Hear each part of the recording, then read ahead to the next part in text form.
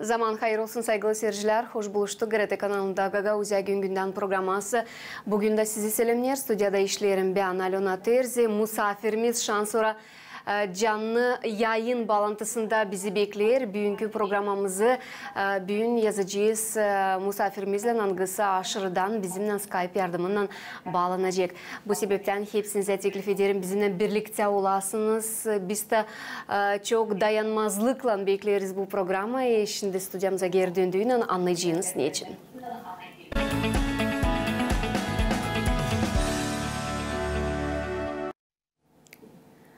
Saygılı dostlar, büyük dayanmazlıkla söyledim bekleriz bu programı. Çünkü her zaman hem değil bir sıra bu stüdyadan söyledim. Hani büyük hodulukla biz her zaman laf ederiz. Hem izleriz bizim vatandaşlarımızın başarılarını hem yaşamasını. Angıları ne zamansa çıktılar Gagauzya'dan da büyün yaşayırlar başka devletlerden.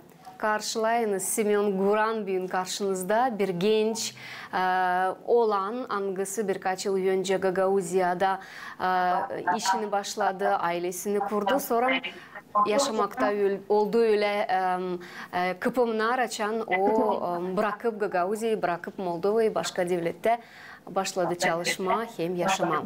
Simeon Guran bugün stüdyamızda, bağlantımızda Gagauzya'nın vatandaşı. Simeon, zaman hayır olsun. Zaman hayır olsun. Çok sağ olun Alona, çağırdınız, davet ettiniz bugün programınıza. Sevindim. Konuşalım. Simeon, ben çok sevindim gerçekten çünkü çoktan sizinle ne görüştük, ne laflaştık ama birkaç yıl önce stüdyalarımıza geldiğiniz, vardır sizinle laf ettiğiniz hem böyle haşlakkan, girgin Gagauz olarak, Gagauz dilinde her zaman laf ederek bir genç olan siz bizim yüreklerimizde kaldınız. Çok sağ olasınız. Gerçekten biz Gagauza'da doğdum. Orada ilk adımlarımı yaptım. Ana baba söyledim. Ondan ben sayarım kendi dilimi, sayarım ana toprağımı. Hem de sanırım hani insan hangisi tanımı tarihini, tanımı köklerini, onun ilerisi de yok. Ondan bunu lazım bilelim bence. Simeon, siz bugün bulunuyorsunuz Birleşik Arap Devletleri'nin birisinde, Dubai'daysınız siz bugün. Ne oldu sebep ona? Ne siz gittiniz Gagauzya'dan hem Dubai'ye ne yetiştiniz? Söyleyeyim doğrudan daha çok işler yaşamamızda olay. Kim kere biz koyes neyse niyetimize, kim kere bu işler geleği istemeden yoksa planlar girer ortaya da değiştiririz neyse. Ben vakıdın birinde çalıştım. Bizde vardı bir Invest Gagauzya agentstvomuz. Da bundan sonra hesap aldım hani dünyanın en büyük bir expo diyeceğiz bir business toplumu. Nerede 6 ay bütün dünyanın devletleri var. Orada her bir devlet kendi diyeceğiz export tarafından, ekonomika tarafından, kültüra tarafından kendini anlatır. Hem de çağırır iş adamlarını onlara eve. Ben de dedim katılayım, bir fayda getireyim devletime. Bundan sonra ben katıldım, 6 ay kadar işledim orada. Expo 2020. Sonra başladım çalışma bir şirkete. Diyeceğiz değil devletle bağlı. Ondan artık 3,5 yıl burada çalışıyorum, yaşarım. Simeon, ama ta oraya düşmeden siz Gagauzya'nın investisiya agentstvosunda çalıştınız. Bu bilgiler, bu işler angılarını siz yapardınız Gagauzya investisiya agentstvosunda. Sizin geleceğinizde size faydalı olabildiler mi? Size bir soru. Ben bir iş hesap aldım yaşamamızda. Hani ne yaparsın ona hepsi faydalı sana olur. Benim anlattığım ne iş yaptık, ben de o kadar ki hep iş adamlarından laf ederdik, davet ederdik. Bizim avtonomi bölgesinin investisiya tarafından ne güzelliği var anladardık. Bundan sonra ben bugün ne yaparım? Vancı söylemeye hep bu taraftan çalışırım çünkü İleriden Gagavuzya'ya çağırırdım. Şimdi de Dubai'ye çağırırız. Açan derim çağırırız. Ne isteyeyim deme biz burada ne yardım ederiz. Diyelim bir iş adamı biz işleyiz burada 60-70 farklı devletlerden artık insanlara yardım ettim. Onlar gelirler niyetle burada bir business kurma. Onlar gelirler artık evde onlarda olmuş, kazanmışlar, var bir adı onların. Onun için onlar buraya geldiğinde yabancı bir paniyerde hiçbir şey bilmiyorlar, tanımıyorlar. O yüzden ben onlara burada destek verelim. Bizim şirketimiz nerede ben çalışıyorum. Yardım ederiz. O yüzden ben çalıştım Gagavuzya'da. Bunlar hepsi bana lazım oldu. İngilizcem biraz geliştirdim evde. İnsanlarla live etme anlasınlar. İş adamları diyeceğiz onlarla yine de bir spesifik diyalog zor. Onlar her zaman farklı işler soruyorlar. Sen onlara lazım. Yürekten bilersin. Onun için çok şükür faydalı oldu. Laf etmek diliniz İngiliz dili öyle mi? Doğru mu anladım?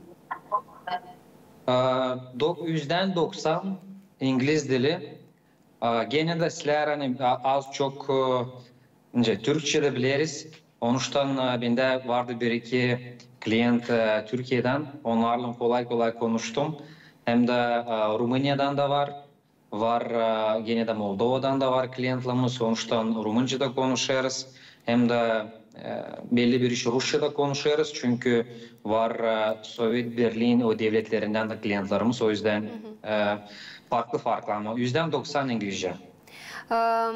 İngilizce konuşuyorsunuz, Türkçeniz var, Rumun dilinde konuşuyorsunuz. Semyon söyleseniz büyün gençlere angları bizi büyün seyrediyorlar. Ne kadar büyün dil bilmek kolaylığı açır dünya kapıları gençlerin önünde.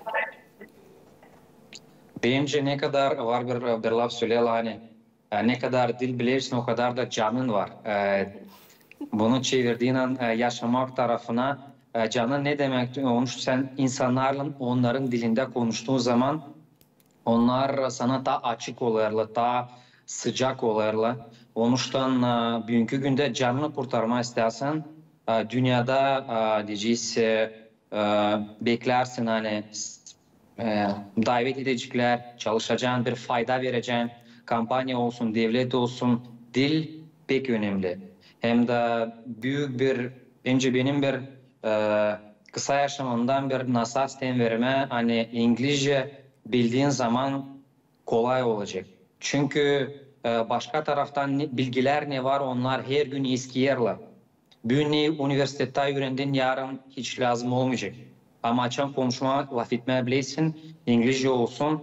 Hızlı genç olarak değiştireceğin, öğreneceğin bilgiler yerine gelecek. Ama gene de laf etmen lazım onların dilinde. Semyon söylediğin hani gelirler başka devletlerden business kurma isteyenler de siz onlara yardımcı olursunuz, nasihat verirsiniz, anlatırsınız kolaylıkları hem türlü işleri daha hani business daha başarılı olsun diye savaşırsınız anlatma. Ne kadar sık sen bu insanlara ya da kolegalarına kiminle beraber çalışırsın, Gagavuzya için anlatırsın? Önemli bir iş. Biz dil çoktan... Dil business tarafından ama güzellik tarafından, ana doğma yerin olduğu tarafından, dil tarafından.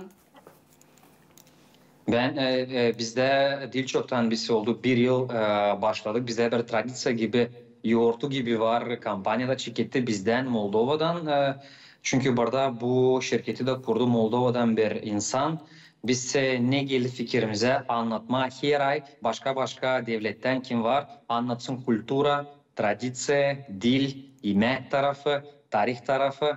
Onun için Gagavuzya için en az bizim ofiste 30 başka devletlerden benim ortaklarım işitti.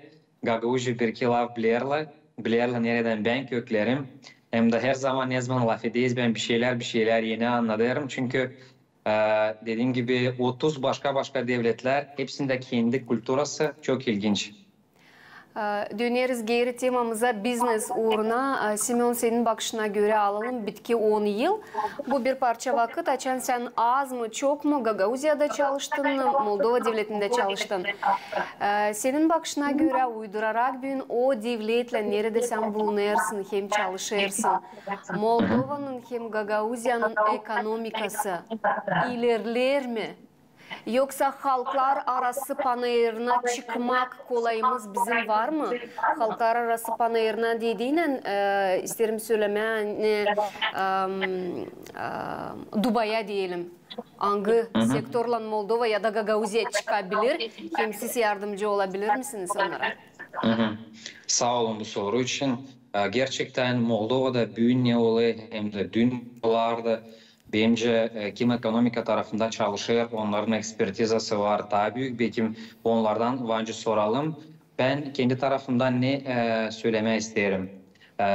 Business, bu iş adamları business yapmak kolay bir şey değil.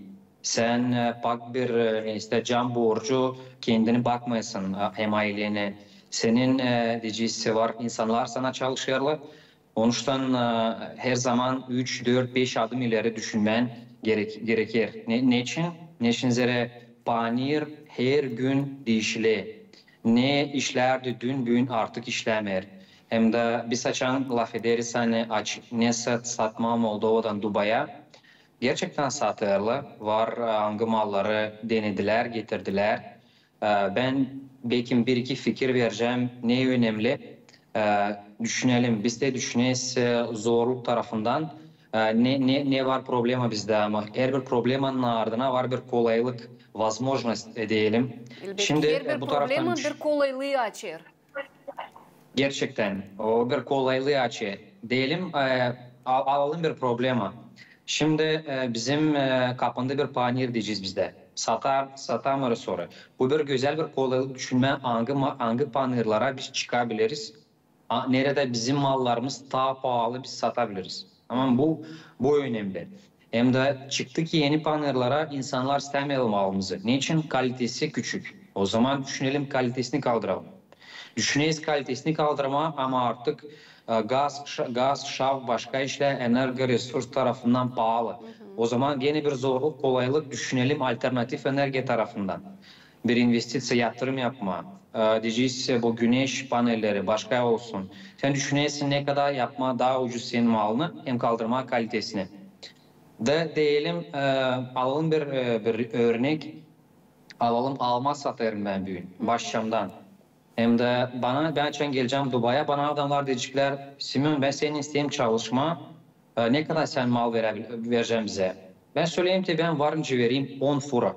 Fura söyleyeyim hani insanlar belki daha kolay anlayacak. Sana Türkiye'nin söyle biz size varınca sizden alalım hem az 120 fura. Hem de bize lazım onlar burada olsunlar ama her ay 10'ar fura lazım gelsin. 120 bize bir günde de lazım. Diyeceğiz iş adamı Gagauzya'da anlara niye sevmeyecek. Onuştan bu gene bu zorlu bir kolaylık veriyor. Lazım yapmak toplantı. Kim başlık yapıyor. Onlar açan beraber toplanırlar. Biz anlarsan dünyada ki bu almalar pahalı satılır.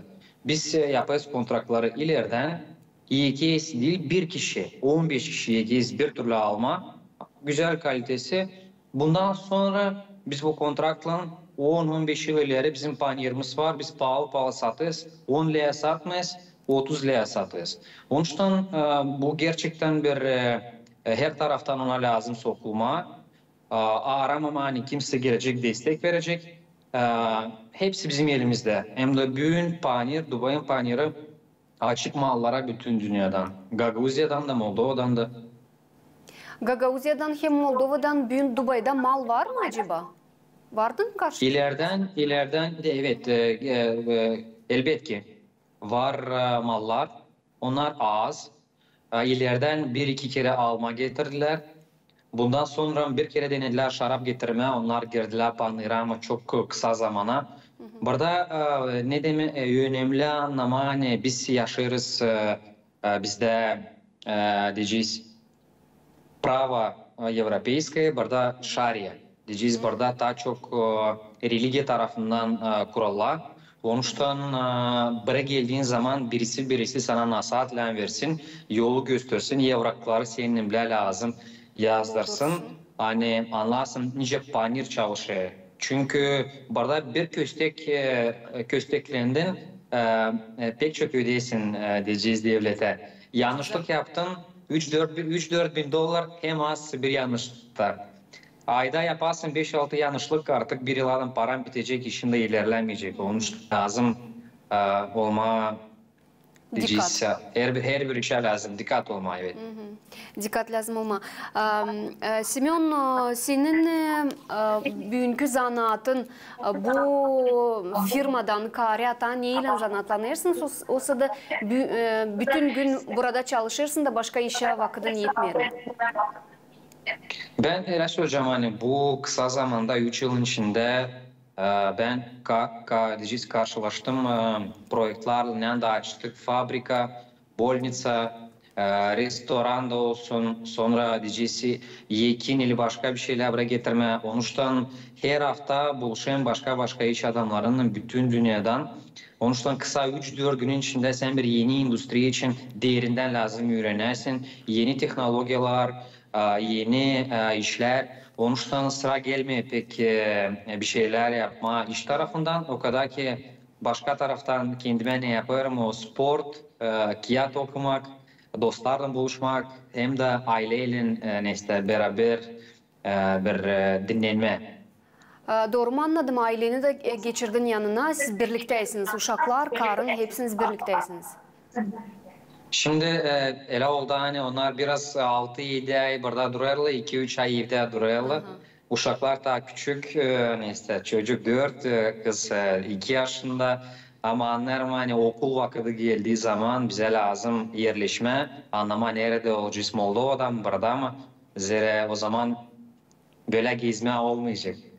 2 yılınız da var düşünme ama bugünkü günde bakarak perspektivaya, bakarak sen söyledin 5-10 adım ileri. Hangi devleti acaba seçeceğim uşakların geleceği için? Meraklı.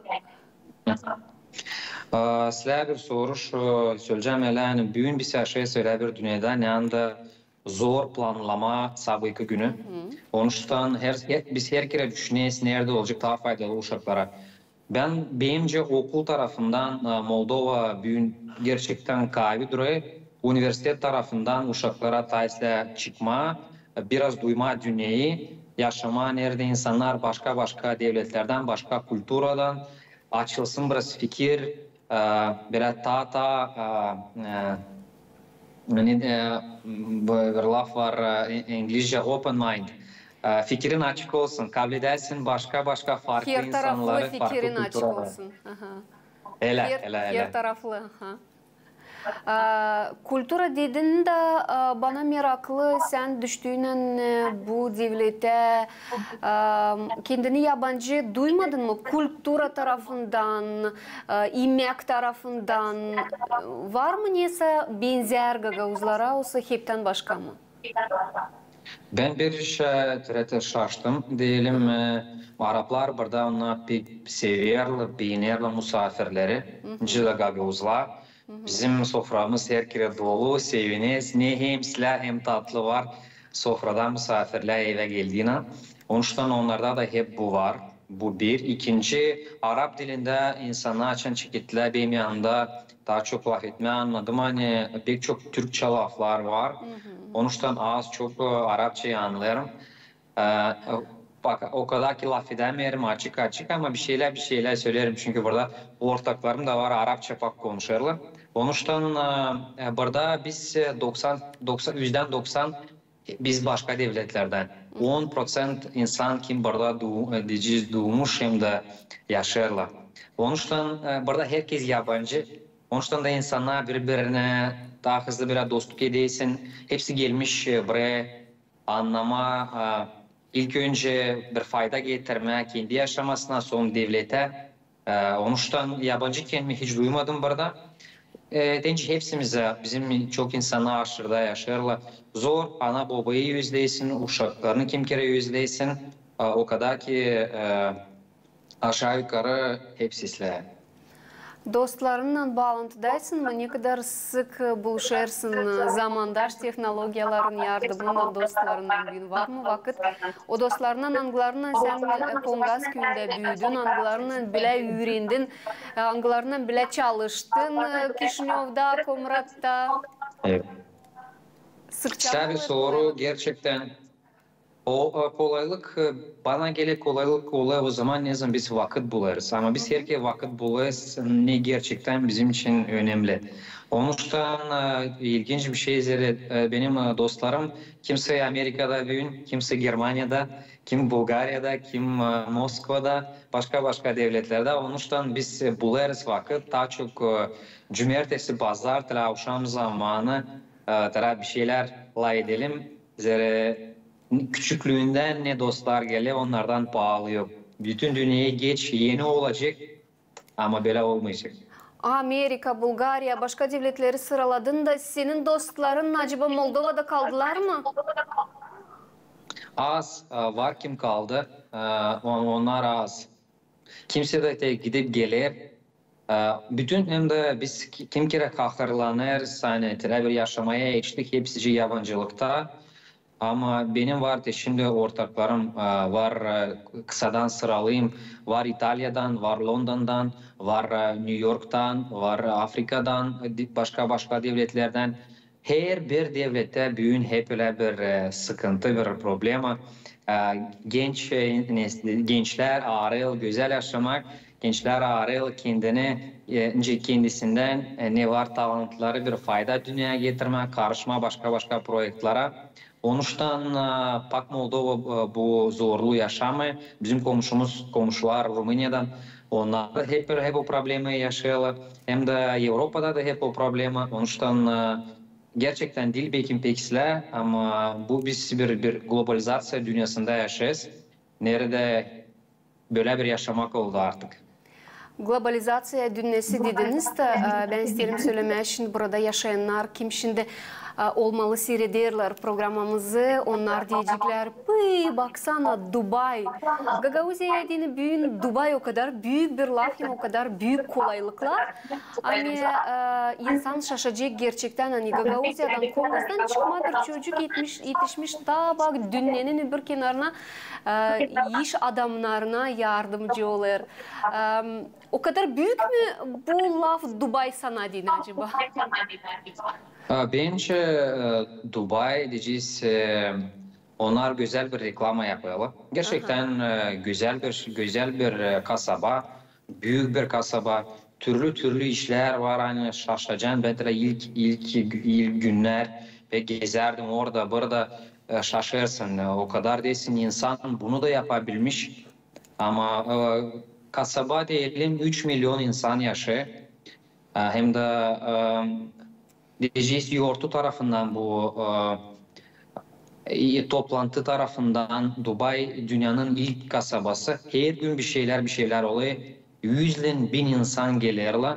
Onuştan istersen biraz duyma ne kadar zengin bizim bu dünya kültürü tarafından, insan tarafından. Dubai pek güzel bir kasaba. Fikrin de biraz açılsın. Neşin bu balaban evlere onlara darsıyasın. Darsıması sınaşırsın.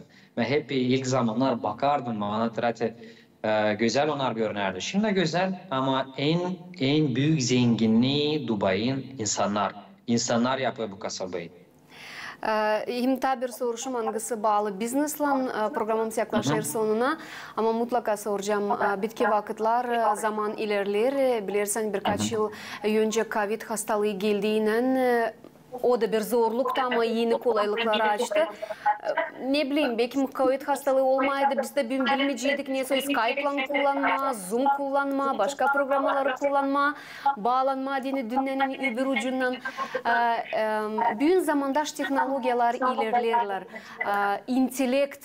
Kompüter intelekti ilerler. Başka devletler, böyle devletler nice Dubai bu kompüter intelektini, fikrini kullanırlar mı business ilerlemesinde? Ben söyleyeceğim hani kullanırlar hem değil sadece business tarafından. Benim telefonumda, cep telefonumda benim bütün yaşamam var önce söylemem. Çünkü herhangi bir varsa işin kasabayla ilgili hepsini başaracaksın telefonda. Hem de bu gerçekten önemli bir şey. Nerede var konuşurlar insan insan arada sırada korupsiya çıkıyor. Ne kadar daha az insan insanla laf eder, açan sıra gelir business tarafına diyeceğiz yoksa insandan devlete daha çok teknolojiler var. Orada korupsiya yer kalmıyor. Çünkü hepsi sistemada. Onuştan öyle söyleyeceğim hani bugünkü günde diyelim alalım Dubai'yi onlar kullanırlar. Dünyanın bence ilklerinden ne var yeni ben onuştan sevinirim. Zira burada tarafta iş adamlar gelirler yeni ideyalarla. Biz çalışırız burada Primariye'nin, Dubai'nin Primariyesi'nin. Birkaç yıl onlarla beraber var projelerimiz. Ona her zaman açık. Onlarla ne zaman konuşmayız. Simeon bir iş adamı var, yeni teknolojisi varsa lütfen onları kapıp bize gel. Onlar göre asla bir şeyler kendi devletinde yapmaz. Varıncısı para verecekler ve senin bu akıllı ideyalarını kendi kasabasında kuracaklar. Onlar açık hem de onlar korkmuyorlar bu yeni işlerden. Hani gelsin yeni arada sırada lazım sıvıtma eskileri. Hangisinden fayda gelmiyor. Simeon, bitki soruşum bugün programımızda çünkü yaklaşır vakit programın sonuna. Ana toprağını, köyünü yüzlersin mi? O ne şiir gibi ana toprağım tatlı bal. O özlersin. Mesela hemen çöyü karşılaştı. Bizde Gagavuzya'da %90'ı aşırıya çıktı duydu. Hem de ne kadar çok aşırıda bulunuyorsun da büyük sevgi hem de duyuyorsun kendi ana toprağına, köyüne. Ben kim kere de anama söyleyeyim telefonu çevir göreyim sokakta ne oluyor, evi göster. Böyle küçük bir işler ama rahatlandırır seni. Komşularını özleysin, dostlarını özleysin. Ker bu solumayı özleysin. Burada kumluk ortalığında bulunuz. Onuştan biz kim kere tanımayız ne var evde. Bizim bu güzel tabiat bizde, bizim güzel bu soluğumuz hem de tatlı bu laf etmeler. Onuştan ben çok gurur duyarım yanında doğdum hem de hangi insanların yanında büyüdüm. Simeon, senin tekliflerin büyün gençlere? İlk önce ne kadar yakışı geniştirme fikri. Anlama hani bu dünyada ne insanlar yaptılar sen de önce yaparsın. Limit yok. Limitler kafamızda. Onuştan bunları lazım geçme onların üstünden. Hem de bugünkü günde ele söyleyeceğim. Hani dünya bekler senin talantın açılsın hem de ondan bir fayda kabul etme. Küçük olsun, büyük olsun her bir insanın var kendi yeri bu dünyada. Hem her bir insan bir fayda getirsin. Ailesinde, köyünde, devletinde hem de istersin kafanda varsa başka bir devlete gitme. Korkmama, yapma o adımı sorun belli olacak. Kim kere bilmeyesin ne olacak yönünde ya bir adım bilme hakkında. Yol açılacak o zaman ne zaman olacak adım. Söylerler yap da pişman ol, ne kadar yapma da pişman ol. Doğru. Bence biz gene de yaşıyoruz bir dünyada ne anda var acı. Acı olacak yaparsın da yapmazsın da o bizim bir yaşamamın bir parçası. Dolayısıyla geçir bir acı öğren de ol da diyeceğiz akıllı ne kadar yapmayacağım da gene acı olacak hani denemedim. Simeon programımız yaklaştı kendi sonuna. Ben gerçekten çok sevindim sizinle bugün buluşma. Umutlanıyorum hani buluşmaklarımız daima daha sıklaşacaklar, daha sık sizinle bağlanabileceğiniz. Hem isterim buradan ayrıca size sağ ol söyleme diliniz için. Bakmayarak ona hani bulunursunuz dünyanın öbür tarafında. Laf edersiniz başka insanlarla, türlü milletlerde, halklarla diliniz korunmuş. Hem o kadar pak hani bu iş için size ayrıca bir sağ olunuz. Sağ olun size. Ben çok sevindim. Her zaman Gelen buluşmalardan biz bağlantıdayız. Sanırım hani daha görüşeceğiz. Hem daha programalarda sizinle beraber yapacağız. Kalın sağlıcakla. Sağlıcakla. Saygılı seyirciler, ben tebrik aklınıza getiririm. Hani bugün misafir olarak stüdyamızda bağlantı yardımından bulundu. Gagauzya'nın vatandaşı bir genç olan hangisi bugün yaşar hem çalışır Dubai kasabasında ama canından yüreğinden o hep o kadar Gagauzya'da. Simeon Guran'dan bugün laf ettik. Saygılı dostlar, size de hepsinize derim. Hani sağ olun, hani bizimle birlikteydiniz. Kalın sağlıcakla, gelen buluşmalarının GRT kanalında.